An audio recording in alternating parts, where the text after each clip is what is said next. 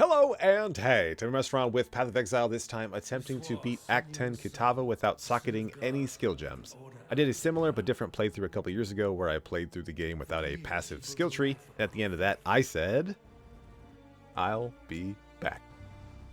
Now, I was definitely planning on coming back to that and actually completing it in hardcore SSF, but then Expedition and Arch Nemesis happened, taking a lot of power out of the gems while making some monsters walking one-shot machines.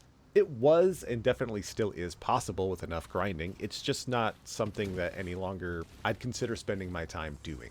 However, I did say I'd be back, and I like to do what I say, so here we are with a different playthrough. One that highlights the endless possibilities this game allows. Of course, beating the game without using skill gems. I wanted to do it without attacking in any form, but there's just no way to get past Hillock on the strand that I'm aware of.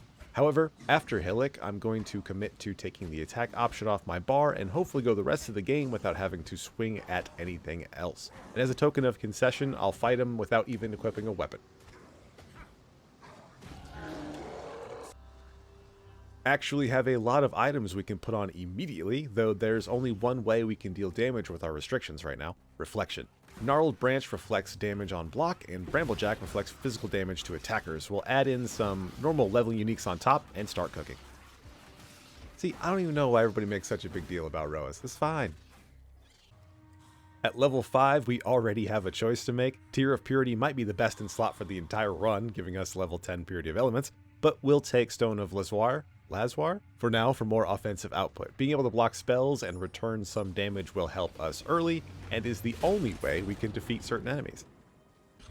Act 1 has been a bit of a boring slog, but Brutus makes short work of himself, and we're already almost done with the slowest part of the run.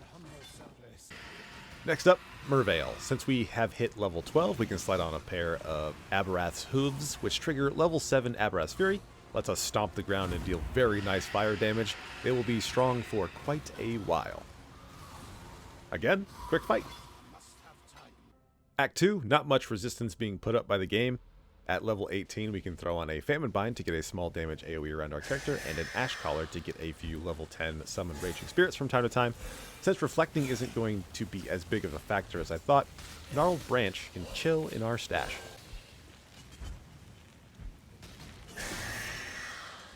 What feels like about 2 seconds later, we can change out our Black Heart Rings for a Kikazaru and Rigwall's Crest, allowing us to have a sizable wolf pack at almost all times. We are stacked up now, and we shouldn't need any upgrades for quite a bit.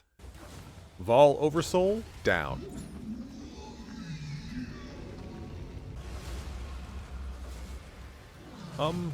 The game is way easier than I thought it'd be. There's Dominus and Act 3, I guess? Huh. Tereso? Calm? Somebody? Malachi? It's so easy. I didn't realize how hard I was sleeping on Rigwald's Crest for leveling after they made it a guaranteed effect. Avarius is a breeze. Act 5 Kitava, that's gotta be something. Actually kind of was. With so many long phases, it finally forced me off the wolves, and I decided to reach for the somewhat recently buffed Clay Shapers. They grant level 12 stone golems while each increasing the number of maximum golems by 1 up to a total of 3.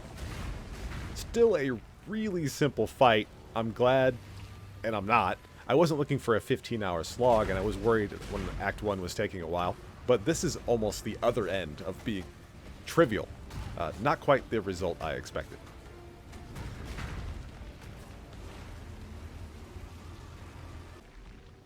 Into Act 6, I remembered the Primordial Chain is a thing, so we'll slap that on for the next few levels, giving us an additional +3 golems and finally making us retire the wolf pack. Tukohama is actually giving us a fight, but I think it's more to do with the life regen essence that I cracked rather than the actual boss of the encounter. Nevertheless, didn't just roll the fight, so definitely noteworthy. And never mind. Chevron proved side bosses are likely to be pushovers, so I will stop showing them. Might go for Act bosses too. Brine King gets rolled, end of Act 6.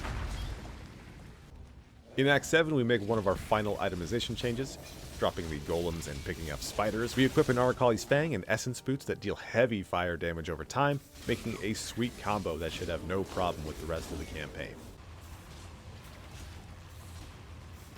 Aracali down to Act 8. In Act 8, we're able to equip the rest of the things we might use.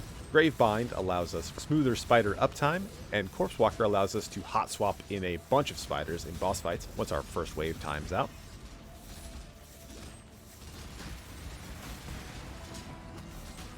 Doing so much damage as the fight doesn't even care that I clumsily swapped boots and stood in all the attacks. I am beside myself with how easy this quote-unquote challenge is. Wow. And that's Act 9 down, and I'll see you at Kitava. I'll show that entire fight because this otherwise is going to be a 4-minute video. Like I said earlier, I was hoping it wouldn't be a slog, but this is almost uninteresting. We'll show it.